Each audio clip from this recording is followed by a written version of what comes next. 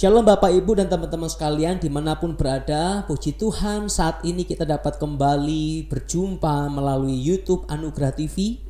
Minggu lalu kita telah membahas mengenai Alkitab sebagai sumber kebenaran, di mana Alkitab bukan semata-mata tulisan dan karangan manusia, tetapi ada Roh Allah yang mewahyukan kebenaran ilahi melalui para penulis Alkitab. Nah, saat ini kita akan membahas mengenai dosa atau manusia jatuh di dalam dosa.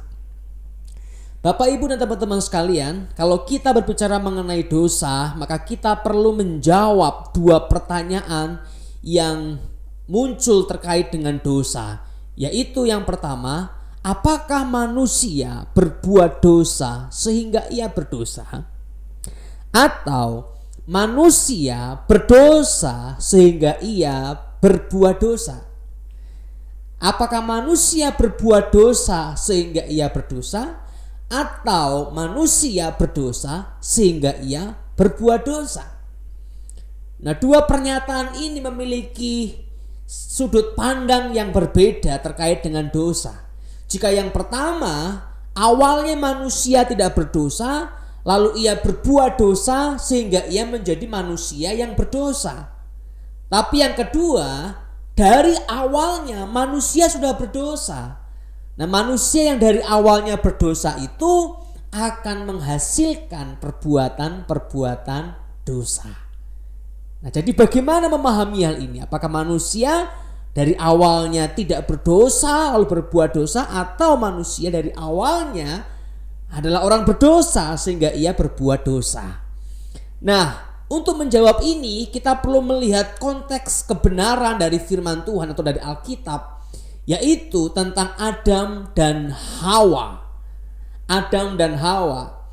Nah, pada masa Adam dan Hawa ini, atau pada kehidupan mereka, manusia berbuat dosa sehingga ia berdosa. Adam dan Hawa bukan orang berdosa pada awalnya. Mereka dicipta dalam gambar dan rupa Allah. Tetapi karena mereka berbuat dosa atau memilih dosa, maka mereka menjadi orang yang berdosa. Tetapi mereka bisa untuk tidak memilih berbuat dosa karena mereka bukan orang berdosa pada awalnya. Namun pilihan mereka adalah melakukan tindakan dosa sehingga mereka berdosa. Nah, ini dapat kita lihat dari Kejadian pasal 1 ayat 27 yang berbicara mengenai penciptaan manusia pada awalnya, di mana mereka dicipta segambar dan serupa dengan Allah. Predikat mereka bukan pendosa pada awalnya, tapi gambar dan rupa Allah. Namun pada Kejadian pasal 3, manusia yang adalah gambar dan rupa Allah ini memilih untuk berdosa sehingga mereka jatuh dalam dosa. Namun pada diri kita berbeda situasinya. Kita sebagai anak cucu dari manusia pertama Adam dan Hawa, pada kita hukum yang berlaku adalah kita manusia berdosa sehingga kita berbuat dosa. Kita berbeda natur dengan Adam pada awalnya, tapi kita sama dengan natur Adam setelah ia jatuh dalam dosa, sehingga kita adalah orang berdosa. Maka perbuatan yang muncul adalah perbuatan dosa. Bahkan kita tidak bisa untuk tidak berdosa. Selalu ada unsur dosa pada apa yang kita lakukan. Itulah kenapa Bapak Ibu dan teman-teman sekalian, dalam kehidupan kita kalau renung-renungkan, kalau kita perhatikan dengan serius dan sungguh-sungguh mendalam, benarkah ada kebaikan yang kita kerjakan dengan kemurnian yang penuh? Benarkah ada ketulusan yang begitu murni yang tidak tercampur oleh motivasi dosa sama sekali? Nah, saya rasa kalau kita mau jujur, sesungguhnya tidak ada. Selalu ada titik hitam dosa di dalam setiap kebaikan kita. Mengapa? Karena kita adalah orang berdosa. Sehingga yang kita lakukan selalu ada unsur dosa. Kita menjadi pribadi, kita menjadi orang yang tidak bisa tidak berbuat dosa. Kenapa? Karena kita telah jatuh dalam dosa. Maka dalam Mazmur pasal 51 ayat yang ke-7, di sana dikatakan bahwa aku dikandung dalam rahim ibuku dalam kondisi yang berdosa. Lalu di dalam Roma pasal 3 ayat 23 juga dikatakan bahwa semua orang, semua manusia telah jatuh dalam dosa dan telah kehilangan kemuliaan Allah. Manusia tidak lagi memancarkan kemuliaan Allah, tetapi yang dia tampilkan adalah kehidupan yang dipenuhi dengan hawa nafsu dosa. Nah, menanggapi kebenaran ini dan merenungkan kebenaran ini, Rasul Paulus sampai kepada sebuah kesimpulan bahwa di dalam dirinya ada hukum yang menawan dia, yaitu hukum dosa. Kita lihat dalam kitab Roma pasal yang ke-7 ayat 22 sampai 24. Roma pasal 7 ayat 22 sampai 24. Dituliskan demikian. Sebab di dalam batinku aku suka akan hukum Allah, tetapi di dalam anggota-anggota tubuhku aku melihat hukum lain yang berjuang melawan hukum akal budiku dan membuat aku menjadi tawanan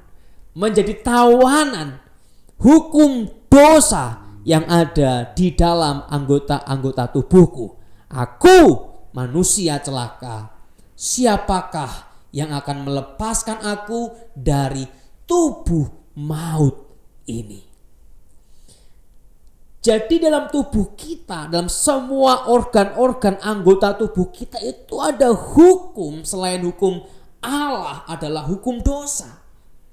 Nah, sebagai orang yang dibenarkan pun masih ada kuasa hukum dosa yang ada di dalam darah daging kita.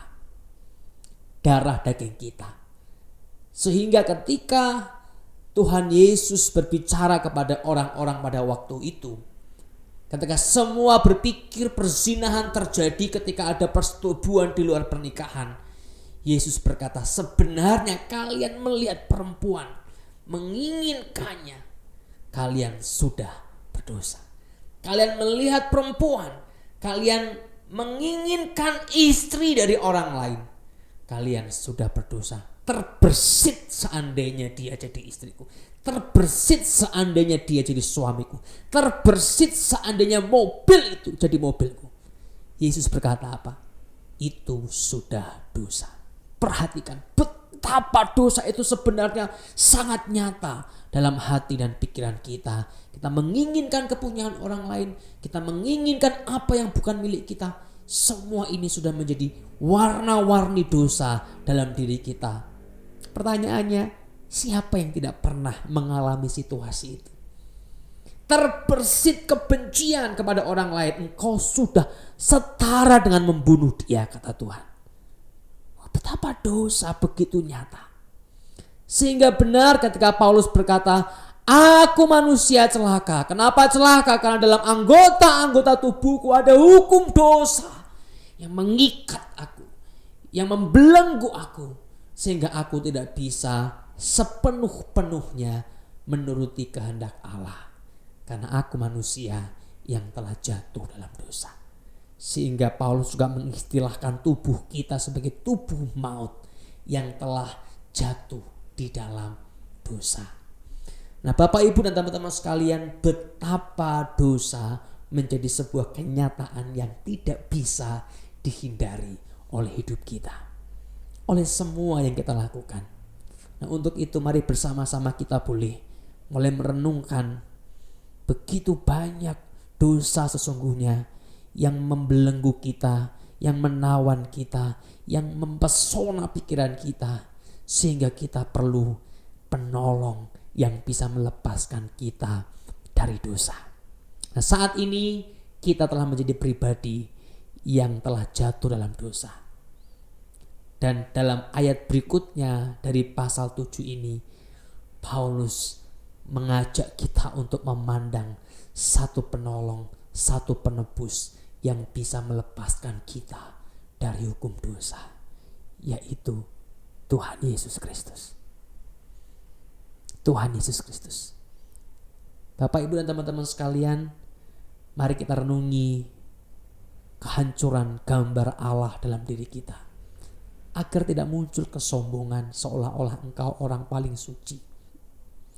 Mari kita renungi betapa dosa nyata di depan mata kita, supaya jangan muncul perasaan bangga seolah-olah engkau lebih baik daripada yang lain.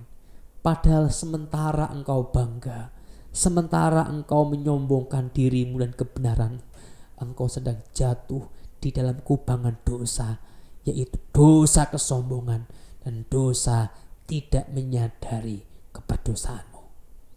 Mari akui di hadapan Tuhan. Mari datang kepada Tuhan dan mohon ampun, mohon penebusan dalam Tuhan Yesus Kristus. Nanti kita akan bahas lebih jauh mengenai bagaimana Yesus menebus kita dari dosa-dosa kita. Demikian pertemuan kita pada minggu ini. Sampai jumpa dalam pertemuan minggu depan. Dan saya percaya apa yang telah kita renungkan, dengarkan ini, Roh Kudus akan terus berbicara kepada saudara.